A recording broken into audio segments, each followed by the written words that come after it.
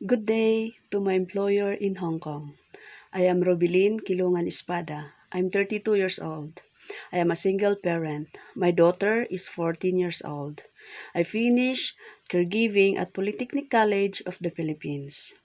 I work as a domestic helper in Kuwait for 2 years. To Mr. and Mrs. Al-Majid. My main duty is to do household work like cleaning the house, cooking, laundry, and ironing the clothes. I also do take good care of their child. The other one is 6 years old, and the other one is the newborn baby.